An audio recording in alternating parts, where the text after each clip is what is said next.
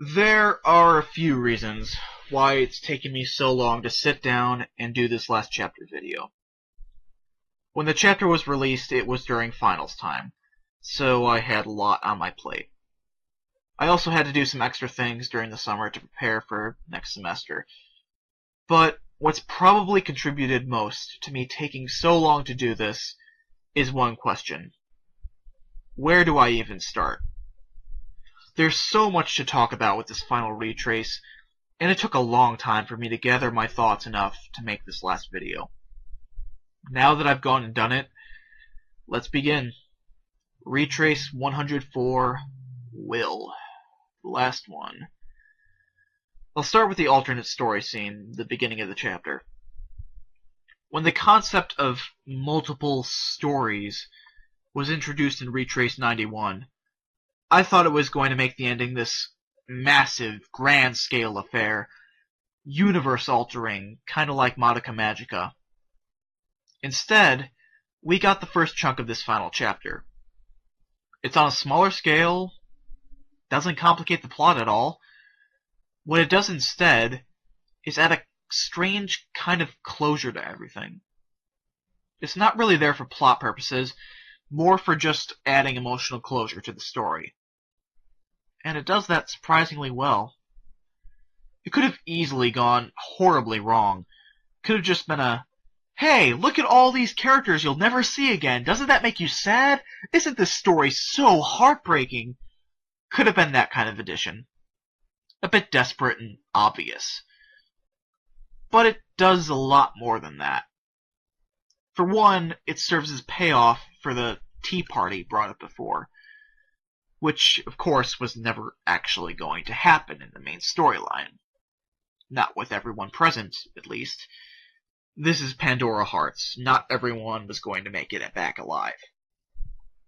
The tea party even being mentioned like it was, and highlighted so obviously with a full 2-page spread, was obvious foreshadowing that not everything was going to turn out well. But by showing it happen in an alternate story, and having that open the final chapter, having it make Oz happy for a moment, before he takes the action which would absolutely prevent such a gathering from happening in this version of the story, it not only is a beautiful opening itself, but it also nails the bittersweet tone the chapter is going for. The opening line of the chapter is, "That place is said to be engulfed in darkness, but that does not necessarily mean that there was never any light." This is a callback to Retrace 1, which opened up the story in the first place. In this context, it reinforces the tone. This is a darker, more unfortunate time than the story in which the tea party takes place. But there is still hope. There is still light to find in this darkness. The most important thing about this alternate story scene, I think, is that while it may not be true in action, like it's not really happening, not in this version of the story anyways, it's true in spirit. There's reference to Oz and Elliot breaking the trend of Vesalius and Night Ray not getting along. There's Vincent and Ada spending genuine time together. For a second, we even see a happy Philippe. And, most importantly in my opinion, there's Zai Vesalius. Out of everything that's shown in this alternate story scene, Zai is easily the aspect that stood out most. Because it's his completed character arc. It shows his face, him being brotherly with Oscar, acknowledging Oz, treating Oz like his actual son. Something which, in his death in Retrace 92, he was implied to have wanted to do, but could never actually bring himself to. Could never overcome his hatred and paranoia over Jack to truly see Oz. And while Zai in the main storyline may never have truly reached this point, while Oz and Elliot will never be able to live out their lifelong friendship, while Vincent and Ada are never meant to be, by showing this alternate story scene, Mochijun made all of these things happen in spirit. It does wonders for closing out the story, and turned out to be a nice way of providing emotional closure. Now, on a more personal note, There are obvious reappearances of dead characters in this sequence that inevitably got many people emotional. But the one reappearance that really got to me was Echo. In the end, all things having been said and done in this story, Echo's death is the one that hurt me the most. It feels like she had so much to live for from then on, and she'll never be able to now. At least Elliot qualifies for the 100-year cycle of rebirth. Chances are that Echo doesn't. She's gone for good. That's why her death is what gets me the most, and why seeing her in this alternate story sequence was what hit me hardest. One last note on the alternate story scene. When it's over and Alice finally pulls Oz back to reality, he starts tearing up. Alice asks him why he's crying, and he replies, "I just had a really wonderful dream." At the opening of the alternate story sequence, Oz woke up under a tree. The implication was that he had just woken up from a dream. That dream being the main story, the one we've been exposed to for the last 103 chapters. So, Oz's statement to Alice that he had just had a really wonderful dream, that statement applies both to the alternate story and the main story. I didn't even notice this until I looked at the chapter again to make this video. It's a wonderful little detail that makes the ending even better than it already was. Moving on, this story has had many emotional moments. I know Pandora Hearts is commonly thought of as a tearjerker by its fans, and while I wholeheartedly agree with this, honestly, to say it had many emotional moments is a bit of an understatement. It never really got me to the point of tears. For example, when Elliot died, I was less sad and more blown away by the brilliance of the storytelling. Ironically, I was kinda happy when he died, only because it was handled so well. This last chapter, though, it finally got me to the point of shedding tears. And the scene that did it was Oz and Alice saying goodbye to Gil. In that moment, it really hit me that this was it. The story was ending. Journey was coming to a close. All their interactions came flooding back to me in that moment, and before I knew it, I was crying. And, I mean, of course it was also beautifully drawn and beautifully done. Like I'd expect anything less of Mochijin at this point. The moment was just perfect. Gil says that he'll wait 100 years for Oz and Alice to reappear, assuming that they will. They vanish, and we learn that Gil has been the narrator this whole time. Hence the chapters being dubbed as retraces. I was wondering how the retrace aspect was going to tie in, so this was neat to find out. They're called retraces because they represent the characters retracing their steps. Speaking of Gilbert, let's talk about his brother. Oh, Vincent, you show stealer. Vincent was one of the biggest surprises of this series, and one of the most important parts of its ending. We learn that he left Ada behind, telling Gil to tell her that he died.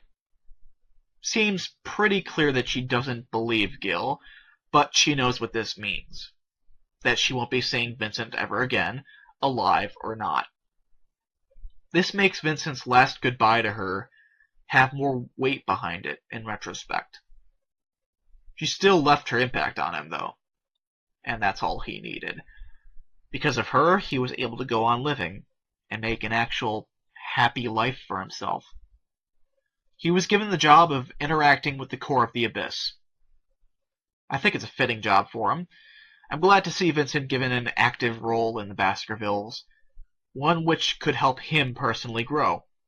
Because, really, I think he and the core could learn a lot from each other. One more thing about Vincent. It's one of my favorite details in this chapter and in the story that after all this time Vincent's spent wanting to die, wanting his existence erased, that he comes out of it strong enough so that he's the very last person to die in the story. After a long, happy, fulfilling life at that. I think Vincent was the dark horse of Pandora Hearts. He didn't seem all that impressive at first, but by the end here, his character and his arc has left a huge impression. To be fair, so have many other characters. Almost all of them, to be honest.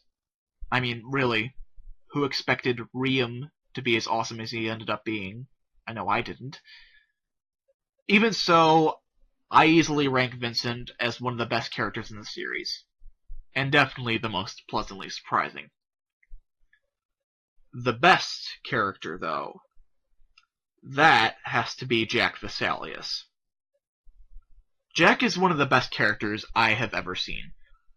It boggles my mind how well written he is, and how he only kept getting exponentially better and better as the series came closer to its end. And this was the perfect ending for him. I love Jack's answer when Oz asks him if he might have made a different choice before, if he had the chance now.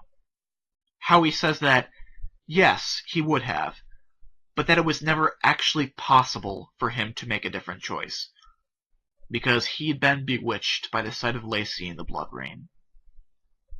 It adds a sense of inevitability to his story, a kind of finality.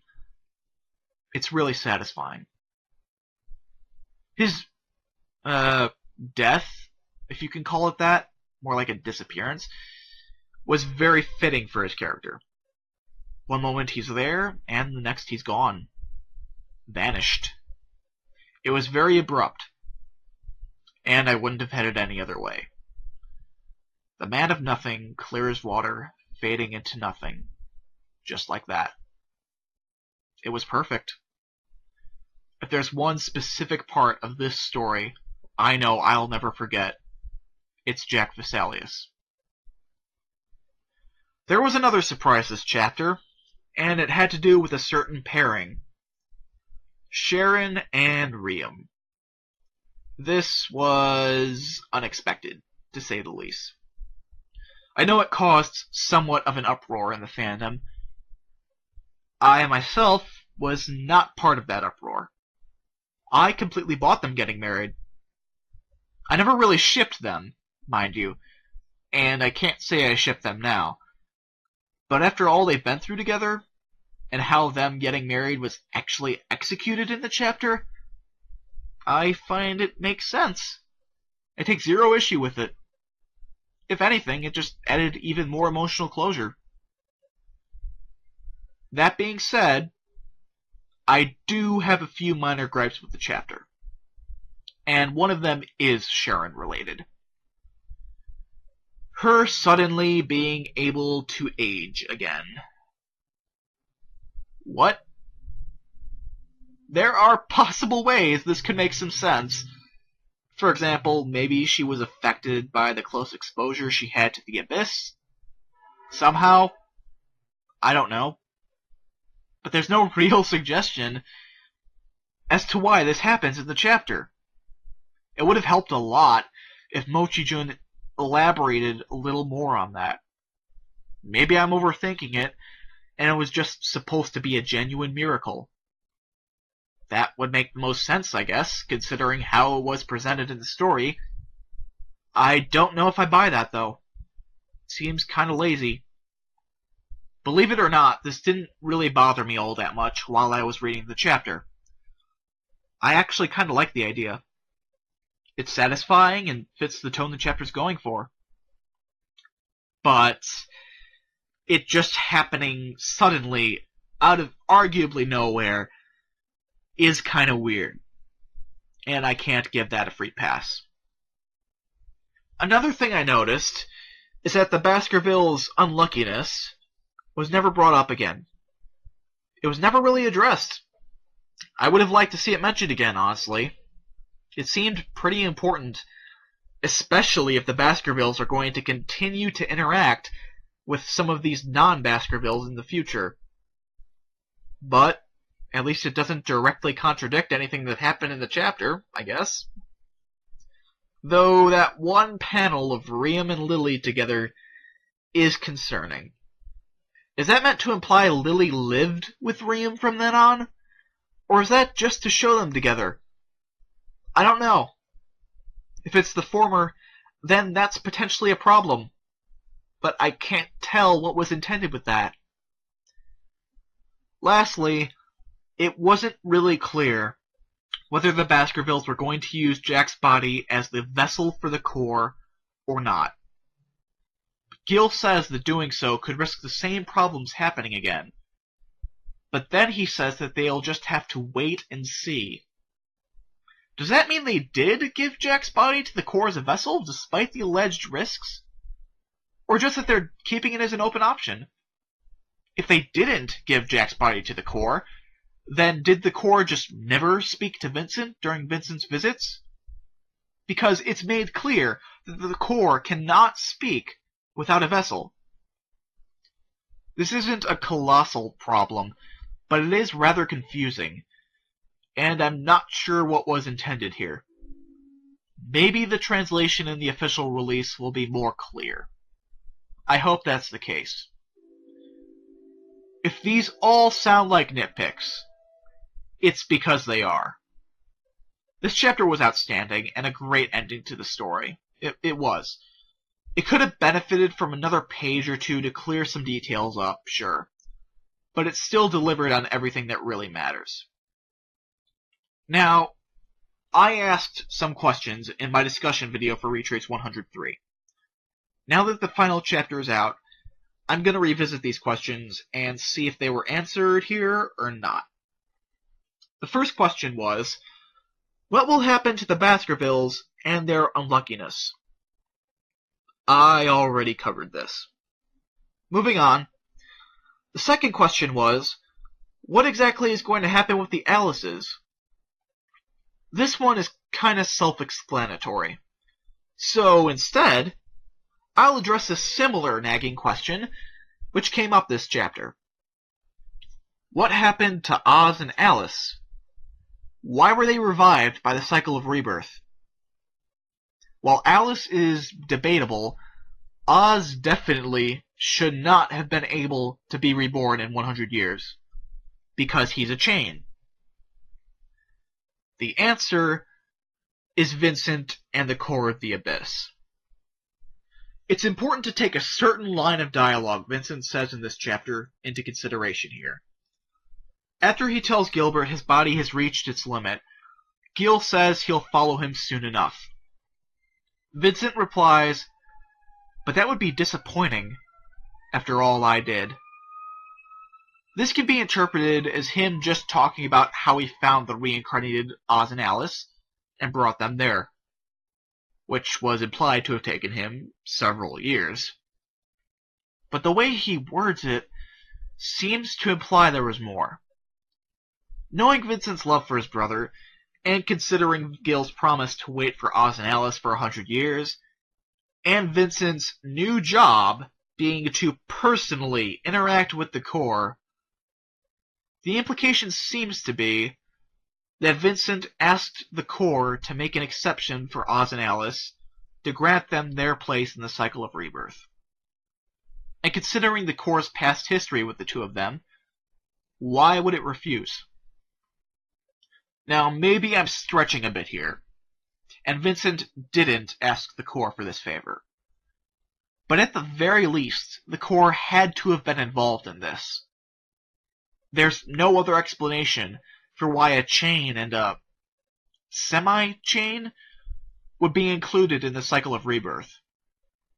So, taking into consideration that the core had to have been involved, and that we know Vincent regularly interacted with the core for the rest of his life, and considering Vincent's "after all I did" dialogue, I'm positive Vincent was the source of the idea. And so, Oz and Alice are truly Vincent's last gift to Gilbert. The third question was, Will there be a callback to Break asking Oz the "Where are you?" question for the second time back in Retrace 88 before they left for Sablier? There wasn't a callback to it this chapter, no. But many people pointed out to me that Oz's statement to his father, I may be quoting this incorrectly or not, but I'm pretty sure it was something along the lines of, "I'm right here." His statement to his father in Retrace 92 likely served that purpose already. I didn't catch that beforehand, and it makes sense. The fourth question was, when and how did White Alice get her memories back? There was no direct confirmation on this as far as I can tell. But at this point, I think it's just implied that between the memories she recovered, thanks to Alice's and Oz's search, and Jack's reappearance, and his severing of the world's chains, she was eventually able to piece everything together and remember what happened. I think that makes sense, especially considering the severity of what was happening. Seems like it would be a nice kick to get everything back between the memories she's already gotten back thanks to Alice and Oz. The last question was, what happened to Barma? I was really happy to see Barma's alive! Only to die 3 years later. Still, it was really satisfying seeing him again, and it was even satisfying to know he died happy years later. I'm really glad to see most of these questions were cleared up, one way or another. However, there's one more thing I want to say before I wrap this up. I've already talked about how emotional Oz's and Alice's farewell scene was. But there was one more detail in that scene I want to address. Oz says something here, which I think is the most important quote in the chapter, and possibly in the entire series. I'm glad I can even feel this way. I wouldn't have been able to feel this way before, but then I met you. We've been through a lot of pain and suffering, but we went through it together. And that only made everything more important. To be able to cry like this, that's what it means to be happy. I mentioned before how the tone of this final chapter was bittersweet. What Oz says here is the best representation of that. They may be sad at that moment, but they're only so sad because they were so happy together.